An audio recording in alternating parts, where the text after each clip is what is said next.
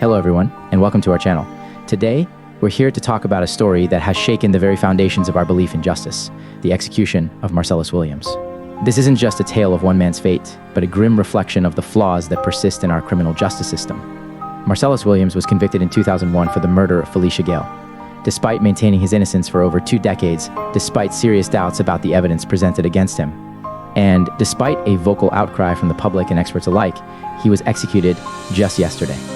The evidence against Williams was largely circumstantial. The DNA evidence, which could have proven his innocence, was mishandled.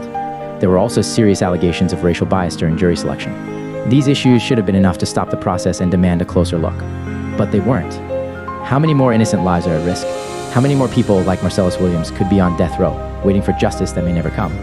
This case leaves us with many questions. What is justice if we allow the execution of those whose guilt remains in doubt? What does it say about us as a society if we prioritize speed and closure over truth and fairness? We must advocate for reforms. Our legal system needs to ensure transparency, fairness, and accountability. It needs to be a system that we can trust, one that protects the innocent and punishes the guilty. The execution of Marcellus Williams should be a wake-up call.